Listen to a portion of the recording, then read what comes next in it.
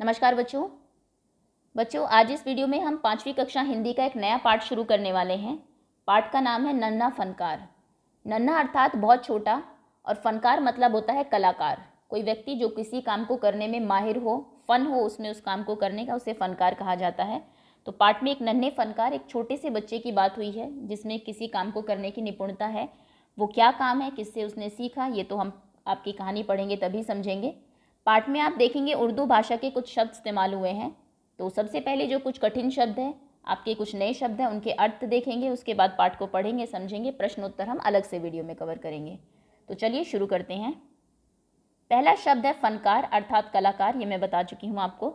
बुदबुदाई, बुदबुदाना, किसी के कान में धीरे से कोई बात बोलना, आहिस्ता बोलना। उकेरना, बनाना, उतारना किसी चीज़ को, उसे उकेरना कहते हैं। अगला शब्द है संगत राश। संगत राश मतलब साथ में काम करने वाला, आपके कलीग जो हैं, इंग्लिश में आप कहेंगे उसे संगत राश कहते हैं। बारीक अर्थात बहुत महीन, बहुत पतला। नफीस, नफीस मतलब होता है बहुत सुंदर। पुश्तैनी, कोई ऐसी चीज़ जो कई पीढ़ियों से आपके घर में चली आ रही है, खानदानी जिसे आप कहेंगे, उसे पुश्तैनी कहते हैं। अंगरखा, अंगरखा कुर्ते को कहा जाता है। पुरुष जो है एक लंबी से पोशाक पहनते हैं ऊपर, उसे अंगरखा कहते हैं। पजामा तो आप सभी जानते ही हैं। आहट अर्थात थोड़ी सी आवाज़। तलखी, तलखी से बोलना अर्थात एकदम से गुस्से में तपाक से एकदम से जवाब देना, उसे कहते हैं तलखी, तलखी से बोलना। घूरना, किसी को गौर से देखना। ज़ुर्रत, ज़ुर्रत ये भी उर्दू का शब्द है। हिम्मत, आपकी ज़रूरत कैसे हुई ये करने की, ये काम करने की, मतलब हिम्मत कैसे हुई, आपने कैसे किया। बदहवासी, बदहवासी अर्थात व्याकुलता, बेचैनी। जब आप कोई काम करते हैं बेहोशी में, एक तरीके से आप कह सकते हैं, कर देते हैं बिना सोचे समझे करना, ये ज़्यादा अच्छा शब्द रहेगा। बदहवासी अर्थात बिना सोचे समझे। दखल अंदाजी, किसी के काम में रुकावट डालना, बाधा डालना, बीच में पड़ना, बोलना या टोकना, उसे दखल अंदाजी करना कहते हैं। खींचकर, खींचकर अर्थात झुंझलाकर, भड़ास जब आप निकालते हैं, खींचकर, खिन्न होकर, झुंझलाकर। अनमने भाव से, अनमने भाव से मतलब बिना मन से कोई काम करना, अनिच्छा से, आपकी इच्छा नहीं है, आप कर रहे हैं तो मतलब आप बेमन से कर रहे हैं, अनमने भाव से कर रहे हैं। कौतूहल मतलब जिज्ञासा, कुछ जानने की इच्छा होना, कौतूहल उसको कहते हैं। नेक, नेक अच्छा व्यक्ति, उसे नेक कहा जाता है। लाडला अर्थात प्यारा। तो ये है आपके नए शब्द। एक बार फिर से देख लीजिए सभी को, पाठ आप पढ़ेंगे तो आसानी हो जाएगी अगर आपको शब्दों के अर्थ पता होंगे तो।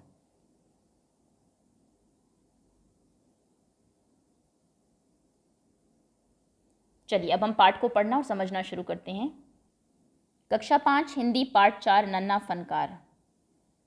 एक लड़का एक चकोर लाल पत्थर के पास बैठ गया। उसने जल्दी जल्दी कोई प्रार्थना बुदबुदाई और छेनी हथौड़ा उठाकर अपने काम में जुट गया। एक छोटा सा बच्चा था, एक चकोर पत्थर, चकोर कहते हैं एक स्क्वायर जिसे आप कहते हैं ये शेप, ये चकोर पत्थर लाल रंग का पत्थर था, उसके पास बैठ जाता है। जल्दी जल्दी प्रेयर करता है, जैसे आप भी कई बार कोई काम करते हैं उससे पहले प्रार्थना करते हैं कि चलो अच्छा काम हो। और फिर छेनी और हथौड़ा, छेनी होती है जिसमें गाड़ के पत्थर में छेद किया जाता है और हथौड़े से मार के काम किया जाता है। तो हथौड़ा और छेनी उसके हाथ में होती है, उठा लेता है और अपने काम में लग जाता है। कुछ दिन पहले ही उसने इस पत्थर पर घंटियों की कतारें और कड़ियाँ उकेरना शुरू किया था। लड़के ने एक अधबनी अधूरी घंटी पर छेनी की नोक टिकाई और सावधानी पूर्वक हथौड़े से घंटी पर नक्काशी करने में जुट गया। ये जो लाल पत्थर है, कुछ दिनों पहले उसने इस पर बहुत सारी घंटियों की कतारें बनाई थी। घंटी आप जानते होंगे, अगर यहाँ पे दिखाई हुई हो पिक्चर में, ये देखिए, ये रही है ना, पत्थर से उसने ये बनाई थी घंटियाँ। घंटियाँ वो बना चुका है, अब उनके ऊपर वो नक्काशी कर रहा है। ये देखिए, ये बिना नक्काशी वाली घंटियाँ, ये पत्थर को काट के ही नक्काशी कर रहा है छेनी और हथौड़े से। ये देखिए, ये होती है छेनी जिसे रख के काटा जाता है और इससे छेनी के ऊपर चोट मारी जाती है, इसे कहते हैं हथौड़ा। ओके, तो एक अध बनी मतलब आधी बनी हुई घंटियाँ जो थी उस पर छेनी से की नोक टिकाता और सावधानी से, बहुत आराम से, बहुत सोच समझ के उस पर नक्काशी करने में जुट जाता है। आप जानते हैं थोड़ा सा भी अगर पत्थर एक्स्ट्रा कटा तो वो जो डिज़ाइन है वो ख़राब हो जाएगा, इसलिए बहुत। हथौड़े के वार से पत्थर पर जो कटाव उभरता उससे पत्थर की किरचें छितरा जाती और वह आंखें सिकोड़ लेता। जब आपने कभी देखा होगा, छेनी से मारते हैं किसी चीज़ पे, पत्थर पे अगर आप मारेंगे तो जो चीज़ कटती है वो एकदम से उभर के ऊपर आती है। जैसे आप कई बार अपने नेल्स भी काटते हैं तो नेल्स आपने देखा होगा उभर के आते हैं, कई बार आँख में लगने का भी डर रहता है। तो जैसे ही वो उसके ऊपर थोड़ा कटाव उभारता था, मतलब मारता था उसके ऊपर, थोड़े कटती थी वो, पत्थर कटता था, तो उसके जो किरचे किरचे बोलते हैं पत्थर के जो छोटे छोटे से टुकड़े हैं वो छितरा जाते, इधर उधर हो जाते और वो आंखें सिकोड़ लेता ताकि उसकी आंख में वो ना गिरे। साथ साथ धीमी धीमी आवाज़ में वह कुछ गुनगुनाने भी लगता, थोड़े गाने भी गा रहा था। उसके चारों ओर दूसरे संगतराश भी अपने अपने काम में डूबे हुए थे। उसके जो साथ में काम करने वाले थे वो भी पास में बैठे हुए थे और सभी अपने काम में लगे हुए थे। केशव 10 साल का था। चलिए हमें बच्चे का नाम पता लगा। इस बच्चे का नाम था केशव और ये केवल 10 साल का, मतलब आपकी उम्र का रहा होगा। आप में से 5th क्लास में आधे से ज़्यादा बच्चे 10 साल के ही होते हैं और अभी अपना काम सीख ही रहा था। वो ये काम अभी सीख रहा था। पिता के एक बार करके दिखा देने पर वह सीधी लकीरों वाले और घुमावदार डिज़ाइन उकेर सकता था। उसके पिताजी यही काम करते थे और उन्होंने सिर्फ एक बार केशव को बताया, उसके बाद वो पत्थर के ऊपर सीधी लकीर भी बना लेता था और घुमावदार डिज़ाइन भी बना लेता था। उकेरना अर्थात बनाना। अब तक उसने नक्काशी का जो भी काम किया था उनमें से इन घंटियों को बनाना ही सबसे ज़्यादा मुश्किल था। अब तक उसने नक्काशी करने का, इनके ऊपर मतलब डिज़ाइन बनाने के बहुत सारे काम किए थे, लेकिन सबसे मुश्किल ये घंटियों को बनाना उसको लग रहा था। केशव जानता था कि एक दिन तो ऐसा ज़रूर आएगा जब वह बहुत बारीक जालियाँ, महीन नफीस बेल बूटे, कमल के फूल, लहराते हुए सांप और इठलाकर चलते हुए घोड़े, ये सब पत्थर पर उकेर पाएगा, ठीक उसी तरह जैसे उसके पिता बनाते हैं। उसके पिता बहुत सुंदर चीज़ें बनाते थे और केशव को भी यकीन था कि एक दिन वो इतना निपुण हो जाएगा अपने काम में, इतना माहिर हो जाएगा कि जितनी भी चीज़ें हैं, चाहे बारीक बारीक जालियाँ बनानी हो, ये जालियाँ होती है आपकी, है ना, पत्थर और छेनी से, वो भी महीन, बहुत ही महीन नफीस, बहुत सुंदर बेल बूटे बनाने हो, बेल या फिर उनके ऊपर फूल बनाने हो, कमल के फूल बनाने हो, सांप बनाने हो लहराते हुए, इठलाकर चलते हुए घोड़े बनाने, कोई भी काम हो, कितनी भी बारीकी का काम हो, वो एक दिन ये ज़रूर कर पाएगा, ऐसा उसको यकीन था अपने ऊपर। कई साल पहले जब वह पैदा भी नहीं हुआ था, उसके माता पिता गुजरात से आगरा आकर बसे थे। जब केशव पैदा भी नहीं हुआ था, उसके माता पिता पहले गुजरात में रहते थे, लेकिन अब वो आगरा आ गए थे। बादशाह अकबर उस वक्त आगरे का किला बनवा रहे थे। आगरे का किला आपने देखा होगा, बादशाह अकबर के समय की ये बात है। अकबर तब वहाँ पर किला बनवा रहे थे अपना, मुगलों की राजधानी थी आगरा, अगर आप जानते हो। और केशव के पिता को यही काम मिल गया। उस आगरे के किले को बनवाने में बहुत सारे कलाकार लगे हुए थे और केशव के पिता भी उनमें से एक थे, वहाँ पे उन्हें काम मिल जाता है। केशव का जन्म भी आगरे में ही हुआ। उसे गुजरात के पुश्तैनी गांव में जाने का तो कभी मौका ही नहीं मिला। उसका जन्म वहीं हुआ आगरा में और उसके बाद उसने बस काम करना सीख लिया। वो कभी भी उसके बाद गुजरात नहीं गया। आगरे की गलियां और अब सीकरी, बस यही उसका घर था। सीकरी एक जगह है, फतेहपुर सीकरी, आगरा के पास ही है। तो वहाँ की गलियां, और अब वो सीकरी में आ गए थे। सीकरी में जहाँ पे ये काम होता था, जो आगरे का किला बन रहा था, उसका काम आगरे में नहीं सीकरी में हो रहा था। ठीक, ये घंटियाँ बनाना, ये सब चीज़ें बहुत बारीकी से काम होता है। अगर आप इन को देखेंगे, आप सोच सकते हैं कितने लोग उस टाइम इन किलों को बनवाने में लगे होंगे। तो सीकरी में था, बस यही उसका घर था। यही 2 जगह उसने देखी थी। वो कभी भी जो उसके पुरखों का घर था गुजरात में, वहाँ नहीं गया था। चारों ओर हो रही छेनी हथौड़े की ठक ठक खड़खड़ के बीच केशव को किसी के कदमों की आहट भी न सुनाई पड़ी। तो चारों तरफ हमने देखा कि उसके संगत राश जो थे, जो उसके साथ काम करने वाले थे, सभी काम कर रहे थे। केशव भी कर रहा था और बहुत निपुणता से कर रहा था, गाने भी गा रहा था, काम भी कर रहा था। तो बहुत ज़्यादा आवाज़ वहाँ पर हो रही थी, ठक ठक खड़खड़ की। तो कोई आता है लेकिन उसको कदमों की आहट, मतलब थोड़ी सी आवाज़ भी नहीं सुनाई देती इतने शोर के बीच। इसीलिए अचानक कानों में एक आवाज़ पड़ने पर वह चौंक गया। कई बार आप बहुत ही उससे कोई काम कर रहे हो, बहुत निपुणता से, मान लीजिए आप पढ़ रहे हैं, एकदम से पीछे से कोई आ जाए तो आप भी डर जाते हैं। तो वो एकदम से चौंक जाता है जब उसको पीछे से एकदम से आवाज़ सुनाई देती है। आवाज़ क्या थी? माशा अल्लाह, ये घंटियाँ कितनी सुंदर हैं, तुमने खुद बनाई हैं। कोई पीछे खड़ा हुआ था और वो एकदम से बोलता है कि कितनी सुंदर घंटियाँ, ये तुमने बनाई हैं क्या? और जब वो ये एकदम से कहता है तो वो एकदम से चौंक जाता है केशव। पीछे मुड़कर केशव ने आंख उठाई तो उसे एक आदमी दिखा। वो पीछे देखता है, ऊपर देखता है तो वहाँ पर एक आदमी था। बेशक मैंने ही ये घंटियाँ बनाई हैं। क्या मैं आपको पत्थरों पर नक्काशी करता नजर नहीं आ रहा? देखते नहीं, मैं ही पत्थर को तराश रहा हूँ। केशव ने बड़ी तल्खी से जवाब दिया, थोड़ा गुस्से में, थोड़ा जो है तपाक से एकदम से जवाब दिया कि बेशक, मतलब इसमें भी कोई शक है क्या? मैं जो तुम्हें दिख नहीं रहा हूँ कि पत्थर पे काम कर रहा हूँ, नक्काशी बना रहा हूँ, तो मैंने ही बनाई होगी, मैं पत्थर को तराश रहा हूँ। मान लीजिए आपने कोई काम किया, आप खाना बना रहे हैं और कोई आपसे आके पूछे कि ये रोटियाँ तुमने बनाई हैं, तो आप कहेंगे बिल्कुल, मैं दिख नहीं रहा हूँ तुम्हें बनाते हुए। तो यही वो कहता है, और थोड़ा गुस्से में, थोड़ा एकदम से बोल देता है ऐसे ही। दिखता तो है पर तुम इतने छोटे लगते हो ना, वह आदमी हंसते हुए बोला। वो जो आदमी था वो थोड़ा सा हंसता है और कहता है कि नहीं, दिख तो मुझे रहा है, पर तुम छोटे लगते हो इसीलिए पूछ लिया। तो केशव कहता है, मैं 10 साल का हूँ। मतलब 10 साल का होना वो छोटा नहीं मानता, उसे लगता है कि ये काम करना नॉर्मल है एक 10 साल के बच्चे के लिए। 10? अच्छा।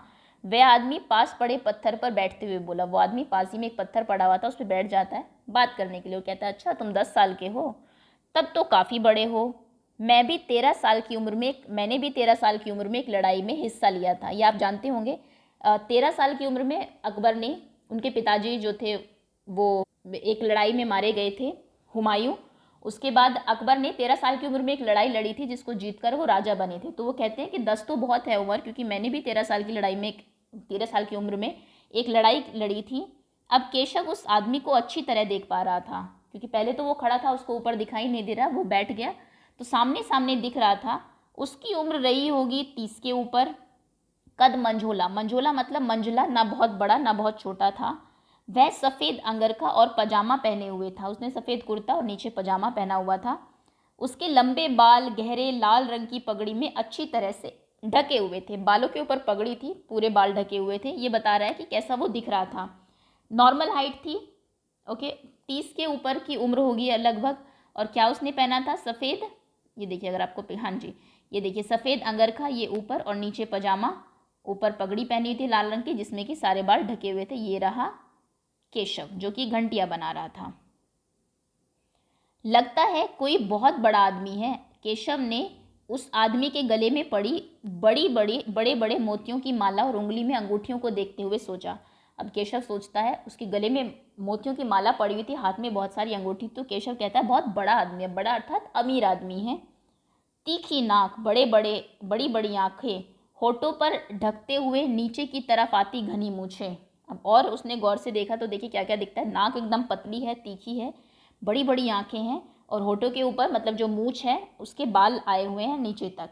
केशव उस व्यक्ति के व्यक्तित्व का मुआयना कर ही रहा था कि तभी उस आदमी ने एक नक्काशी की तरफ इशारा करते हुए कहा। केशव अभी देख ही रहा था उसके व्यक्तित्व, मतलब उसका कैरेक्टर कैसा है, कैसा वो दिखता है, क्या पहना हुआ है, शक्ल कैसी है। मुआयना करना अर्थात पूरी जांच पड़ताल कर रहा था कि वो एक नक्काशी की तरफ इशारा करता है व्यक्ति, और पूछता है, इस लड़ी में अभी काफ़ी काम बाकी है, ये जो तुम लड़ी बना रहे हो इसमें बहुत काम बचा है अभी।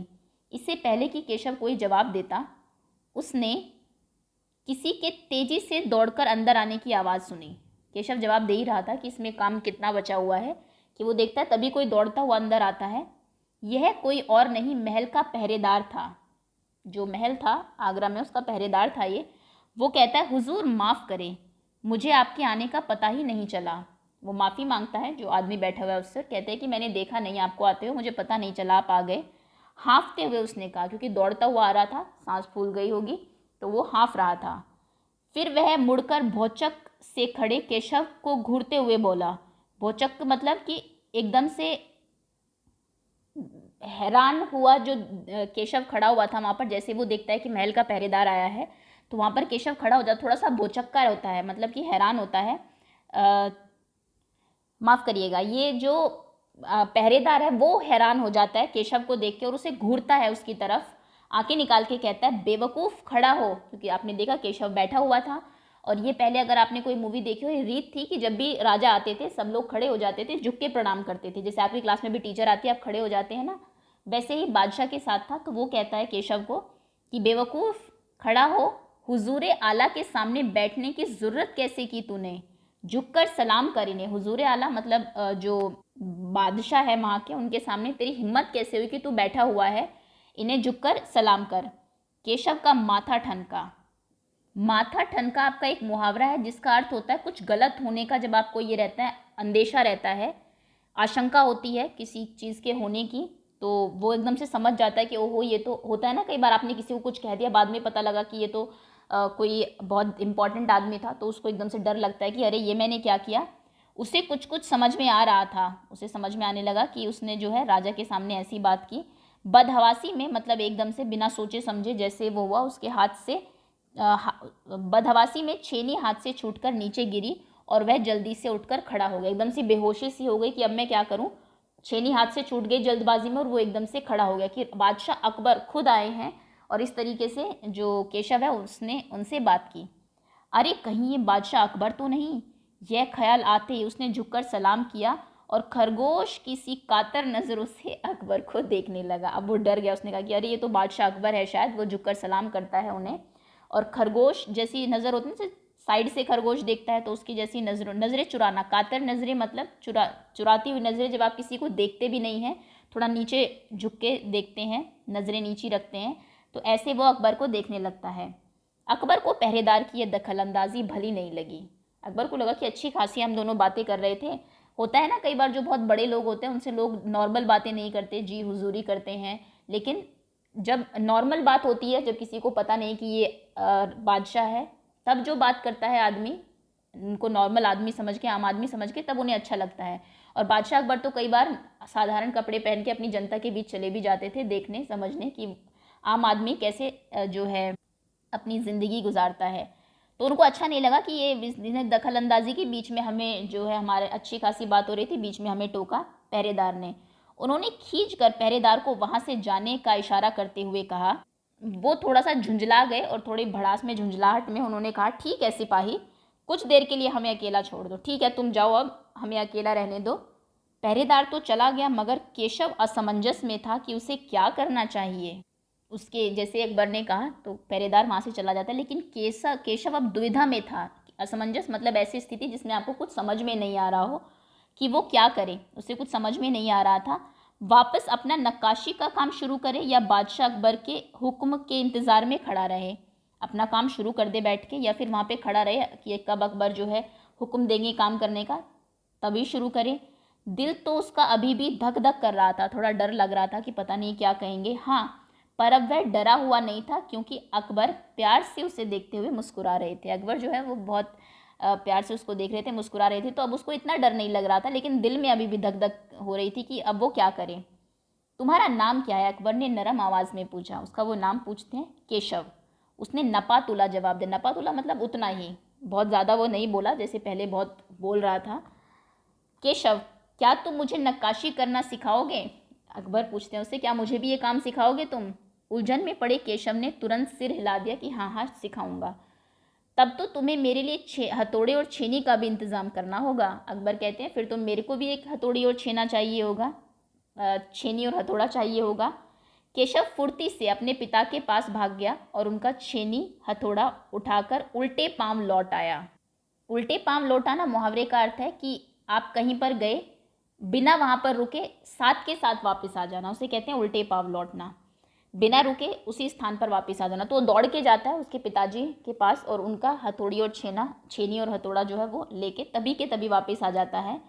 दोस्ताना अंदाज में अकबर केशव के पास ज़मीन पर बैठ गए। अकबर जो बादशाह थे, थोड़ा दोस्ती में कई बार होता है ना, आपका दोस्त आपके साथ ही बैठ जाता है, बिल्कुल ऐसे ही वो केशव के साथ बैठ जाते हैं और पास में पड़े पत्थर को खींचते हुए बोले। पास में जो पत्थर पड़ता है उसकी अपनी तरफ खींचते हैं और कहते हैं, ठीक है अब बताओ कि मुझे क्या करना है, चलो मुझे सिखाओ अब इस पत्थर पे मैं क्या करूं। केशव ने संदेह भरी नज़रों से अकबर की ओर देखा। हुजूर, क्या आप यह सब करेंगे? तो केशव उनकी तरफ देखता है संदेह भरी नज़रों से, मतलब शंका से कि क्या, आपको कई बार होता है ना किसी पे शक होता है कि ये सच में ये काम करने वाले हैं, मुझे तो लगा यूं ही कह रहे थे। तो उनसे पूछता है कि आप सच में ये करोगे? क्यों नहीं, मुझे तो विश्वास है कि मैं सीख ही लूँगा। तो अकबर कहते हैं कि मुझे लगता है तो है कि मैं सीख लूँगा। नहीं नहीं, मेरा मतलब यह नहीं था। केशव सकपका गया थोड़ा, जो है एकदम से कहता है, नहीं नहीं, ये मैं ये नहीं कहना चाह रहा कि आप सीख पाओगे या नहीं। दरअसल एक्चुअली बात ये है कि मैं कहना चाहता था कि आप बड़े बादशाह हैं, ये ठीक नहीं लगता। आप इतने बड़े राजा हैं, आप यहाँ बैठ के छेनी हथौड़े से नक्काशी सीखेंगे, थोड़ा अच्छा नहीं लग रहा। मैं तो ये कह रहा था। उसने कुछ अनमने भाव से कहा, बिना मन से ये कहा उसने।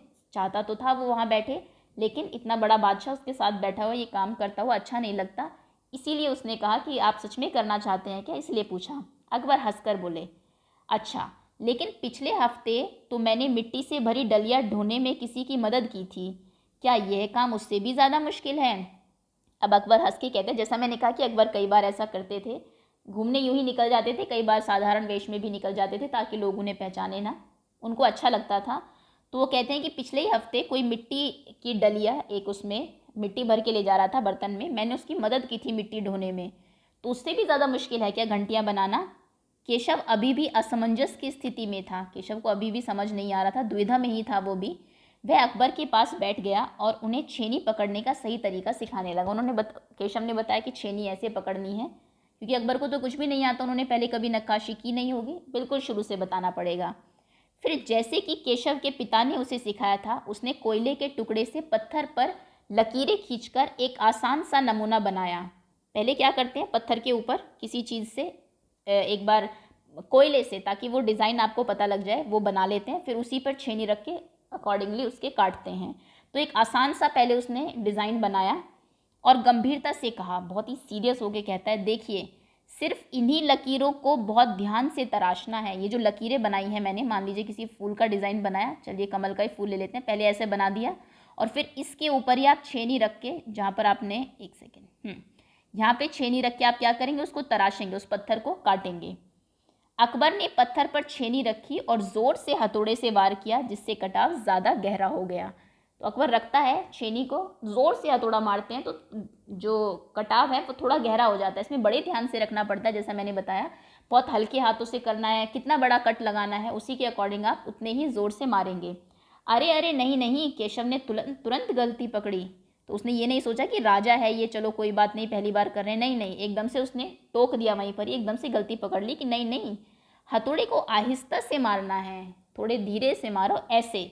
फिर उसने करके दिखाया। और हाँ, अपनी आंखें थोड़ी मीच कर रखें, वरना किरचें उड़कर आंखों में चली जाएगी। और वो ये भी बताता है कि क्या प्रिकॉशंस लेनी है, कि जब मारो तो आंखें मीच लेना, नहीं तो जो इसकी किरचें हैं, जो पत्थर के छोटे छोटे टुकड़े हैं, वो आपकी आंखों में जा सकते हैं। अकबर मुस्कुराए, जी हुजूर। और अकबर मुस्कुरा कहते, अच्छा ठीक है, जैसा आप कहें ऐसा ही होगा। जवाब में केशव भी मुस्कुरा उठा। उसको हुजूर बुला रहे हैं अकबर बादशाह, तो केशव भी थोड़ा सा मुस्कुराता है। वह लगभग भूल ही गया था कि उसकी बगल में बैठा यह व्यक्ति हिंदुस्तान का बादशाह है। थोड़ी देर के लिए वो भूल जाता है, उसको लगता है कि हाँ ये मेरा शिष्य है, मैं इसको सिखा रहा हूँ, गलती करेगा तो मैं बोलूँगा। वो भूल गया कि ये जो बैठा है व्यक्ति, ये पूरे हिंदुस्तान का राजा है। एक अनाड़ी से वयस्क पर अपने काम की धाक जमाने में उसे मज़ा आ रहा था। अनाड़ी होता है जिसको कोई चीज़ बहुत अच्छे से नहीं आती, तो इतना बड़ा वयस्क, वयस्क अर्थात कोई बड़ा आदमी या उम्र से है, तो उम्र में इतना बड़ा आदमी, लेकिन थोड़ा अनाड़ी था, क्योंकि उसे वो काम नहीं आता था छेनी हथौड़े का, तो उस पर अपनी धाक जमाने में, उसे अपनी बात बताने में उसको क्या आ रहा था, बहुत मज़ा आ रहा था। वह बड़े ध्यान से देख रहा था कि अकबर किस तरह लकीरों को उकेर रहे हैं। वो ध्यान से बैठ के वो देख रहा था। बादशाह से ज़रा सी भी चूक हो जाने पर फ़ौरन उसकी त्योरियाँ चढ़ जाती है। त्योरियाँ चढ़ना मतलब, जब आपको कई बार गुस्सा आता है तो माथे में होता है ना, थोड़ी लकीरें आ जाती है, क्रोध में, गुस्से में, तो उसको त्योरी चढ़ाना बोलते हैं। तो उसके माथे में एकदम से सिलबटें पड़ जाती थी कि ये क्या कर रहे हैं। ओके, काम करते करते अकबर पूछ बैठे, केशव सही नहीं है क्या? तो जैसे वो अकबर काम कर रहे थे, वो पूछते कि केशव सही है ना, मैं सही कर रहा हूँ ना? और केशव सिर हिला के अपनी असहमति जता देता, वो ना में सर हिलाता कि नहीं नहीं ये सही नहीं है। असहमति मतलब मैं सहमत नहीं हूँ इससे जो आप कर रहे हैं। अकबर इत्मीनान से बैठ गए। अब तो वो इत्मीनान मतलब बहुत ही एकदम से आराम से, तसल्ली से बैठ गए और केशव को काम करता हुआ देखने लगे। जैसे केशव कर रहा था उसको देखते हैं। अपने काम में खोए हुए उन दोनों को इस बात का एहसास नहीं हुआ कि आसपास मौजूद दूसरे संगतराश उन्हें बड़े कौतूहल से देख रहे हैं। आसपास में के जो लोग थे बड़ी जिज्ञासा से, कि ये क्या कर रहे हैं, उससे उनको देख रहे थे। सभी लोग इकट्ठा हो गए, लेकिन वो दोनों अपने काम में बिल्कुल मगन थे, अकबर सीखने में और बड़े ही निपुणता से केशव उनको सिखाने में। तो दोनों को ध्यान ही नहीं रहा कि आसपास क्या हो रहा है। अकबर ने गौर किया कि केशव पत्थर पर बने नमूने को ही नहीं तराश रहा, बल्कि अपनी तरफ से भी उसमें कुछ जोड़ रहा था, जिससे वे डिज़ाइन ज़्यादा खूबसूरत लग रहे थे। तो जो उसके पिताजी ने पत्थर पे बनाया हुआ था, या जो डिज़ाइन सोचा था, सिर्फ उसी पर ही वो छेनी हथौड़ा नहीं चला रहा था, बल्कि अपनी तरफ से भी कुछ एक्स्ट्रा चीज़ें बना रहा था, जिससे कि वो और सुंदर लग रहे थे। लड़के का काम करने के अंदाज को देखकर अकबर ने धीमे से कहा, अकबर उससे, जब उसका काम देखते हैं तो अकबर उसके आराम से बोलते हैं, केशव देखना, एक दिन तुम बड़े फनकार बनोगे, एक दिन तुम बहुत बड़े कलाकार बनोगे। हो सकता है कि एक दिन तुम मेरे कारखाने में काम करो। और हो सकता है अगर तुम ऐसे ही इतनी मेहनत से काम करते रहे तो मेरा जो कारखाना है उसमें भी तुम काम करोगे।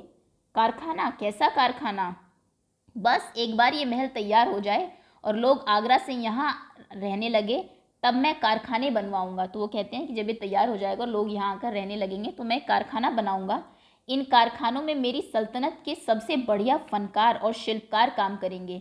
सल्तनत अर्थात मेरे जितने भी अंडर जितना भी एरिया है, मेरे साम्राज्य के जितने भी बहुत अच्छे फनकार, कलाकार या शिल्पकार जो उकेरते हैं चीज़ें, वो जितने भी होंगे वो यहाँ पे काम किया करेंगे, सबसे अच्छे वाले। तो हो सकता है तुम सबसे अच्छे शिल्पकार, फनकार बनो और तुम उसमें आके एक दिन काम करो। चित्र बनाने वाले कलाकार होंगे उसमें, गलीचों के बुनकर होंगे जो बुनते हैं, संगत राश होंगे, उनके साथ काम करने वाले, पत्थर और लकड़ी पर नक्काशी करने वाले शिल्पकार, सभी उसमें काम करेंगे, लेकिन वो जो सबसे अच्छे होंगे। केशव का चेहरा चमक उठा। वह मुस्कुराते हुए बोला, मैं वहाँ ज़रूर काम करना चाहूँगा। अकबर उठ खड़े हुए, जाते हुए बड़े प्यार से केशव का कंधा थपथपाया और कहा, अच्छा बेटा, अपना काम जारी रखो। तो वो प्यार से उसके कंधे को थपथपाते हैं और कहते हैं कि ये जो काम तुम कर रहे हो उसको ऐसे ही करते रहो। हुजूर, क्या आप दोबारा आएंगे? केशव ने बड़ी उत्सुकता से पूछा। उसको इतना अच्छा लगा उसके बाद कि वो पूछता है कि आप दोबारा भी आएंगे क्या, बड़ा ही एक्साइटेड होके, बड़ी उत्सुकता से। मैं ज़रूर आऊँगा केशव। फिर तो पूरे दिन संगत राशों के बीच केशव की धूम मची रही। वह बार बार बादशाह से हुई अपनी मुलाकात सबको सुनाता रहा। उसके आसपास जो काम करने वाले थे वो बार बार उसके पास आते थे, केशव के, उससे पूछते थे, अच्छा क्या हुआ, बादशाह पर आए थे? और सभी को वो बार बार कहानी सुनाता था। पूरे दिन उसी की धूम मची रही, मतलब सब केशव की ही बातें करते रहे। रात हो चली थी। केशव बहुत थका हुआ था, पर आंखों में नींद कहाँ। कई बार होता है ना, एक दिन आपके साथ कोई बहुत अच्छा हुआ, मान लीजिए प्रिंसिपल ने आपकी स्कूल में तारीफ़ कर दी, तो फिर आपको नींद नहीं आती, आप सबको बताते हैं, घर में बताते हैं, अलग अलग अपने दोस्तों को बताते हैं, टीचर को बताते हैं। तो वही उसके साथ हुआ। इतनी तारीफ़ की अकबर ने उसकी, उसको कारखाने में काम मिल सकता है ऐसा भी बोला। तो उसको नींद नहीं आ रही थी। वह धीरे से अपने पिता के बिस्तर में घुस गया, अपने पिताजी के पास जाता है। पिता ने मुस्कुराकर कहा, तुम तो अभी से इतने प्रसिद्ध हो गए हो। तो पिताजी थोड़ा मुस्कुराते हैं और कहते हैं कि केशव, तुम तो अभी से इतने फेमस हो गए, सब तुम्हें जानते हैं, तुमसे बातें करते हैं। बादशाह सलामत ने यह कहा है कि एक दिन मैं भी बहुत बड़ा कलाकार बनूंगा। वो अपने पिताजी को कहता है, जो बादशाह ने उसको कहा था कि वो ये कह रहे थे मेरा काम देख के कि मैं एक दिन बहुत बड़ा कलाकार बन जाऊंगा। अपने सिर को पिता की बाहों के सहारे टिकाकर केशव धीरे से बोला, अपने पिताजी की बाह पर हाथ रखता है, सर रखता है और कहता है, हमारे बादशाह बहुत ही नेक इंसान हैं, बहुत अच्छे इंसान हैं जो बादशाह हैं। बिल्कुल सही, पिता ने कहा। पिताजी कहते हैं, हाँ तुम सही कह रहे हो। कुछ सोचकर केशव ने पूछा, बाबा एक बात बताओ, बादशाह के पास आगरा में एक से बढ़कर एक खूबसूरत महल है, फिर वे सीकरी में यह शहर क्यों बना रहे हैं? तो वो कहते हैं कि अकबर, जो जैसे कि मैंने कहा राजधानी है आगरा, वहाँ पर इतने एक से एक बढ़ के उनके पास महल है, तो वो सीकरी में क्यों बनाना चाहते हैं? पिता ने कुछ याद करते हुए बताना शुरू किया, हाँ बेटा, बादशाह का आगरा बहुत सुंदर शहर है, पर सीकरी में नया शहर बनवाने का भी एक खास कारण है। बादशाह ने सीकरी को भी अपना एक शहर में तब्दील करने की सोची थी। उसका कारण उसके पिताजी बताते हैं, मैंने सुना है कि जब बादशाह अकबर की कोई संतान नहीं थी, इस वजह से वे हर वक्त परेशान रहते थे। अकबर के कोई संतान नहीं थी, उनके कोई बच्चा नहीं था, तो वो बहुत दुखी रहते थे, आगे कौन संभालेगा ये सब। वे बहुत से साधु संतों और फ़कीरों के पास गए। भटकते भटकते बादशाह ख्वाजा सलीम चिश्ती के पास सीकरी में आए। सीकरी में ख्वाजा सलीम चिश्ती की दरगाह है, अगर आप जानते हो, तो वहाँ पे आते हैं वो। उन्होंने ही बादशाह को बताया कि उनके एक नहीं तीन तीन संतानें होंगी। वो बताते हैं कि उनको 3 पुत्र होंगे, शहजादा सलीम, मुराद और दानियाल। ये 3 बच्चों के नाम हैं अकबर के। केशव ने चहकते हुए कहा, केशव ने बताया तीनों बच्चों के नाम कि अच्छा ये 3 बच्चे, बिल्कुल सही। तब बादशाह ने ख्वाजा सलीम चिश्ती के सम्मान में सीकरी में नगर बसाने का फैसला किया। तो जिनकी वजह से उनको 3 संतानें हुई, उन्होंने उसके सम्मान में कहा कि मैं सीकरी में पूरा शहर बसाऊंगा। केशव ने कहा, अच्छा अब समझा, इसीलिए बादशाह अकबर ने अपने बेटे का नाम सलीम रखा, बड़े बेटे का नाम शहजादा सलीम, ख्वाजा सलीम चिश्ती के नाम पर ही। हाँ, और इसी कारण हम यहाँ एक नए शहर के लिए पत्थरों को तराश रहे हैं। जो शहर बन रहा था वो सीकरी में ही बन रहा था। केशव नींदी आवाज़ में बोला। नींदी मतलब नींद में जब आप बोलते हैं ऊँघते हुए। पिताजी ने देखा कि उनका लाडला बेटा सो गया है। जो केशव था ये सुनते सुनते वो सो गया। तो ये थी आपकी कहानी, काफ़ी बड़ी कहानी है। उम्मीद है आपको समझ में आई होगी, पसंद भी आई होगी कि जब आप अपना काम पूरी लगन और ईमानदारी से करते हैं तो प्रशंसा आपको ज़रूर मिलती है। अभी के लिए इतना ही, बहुत बहुत धन्यवाद।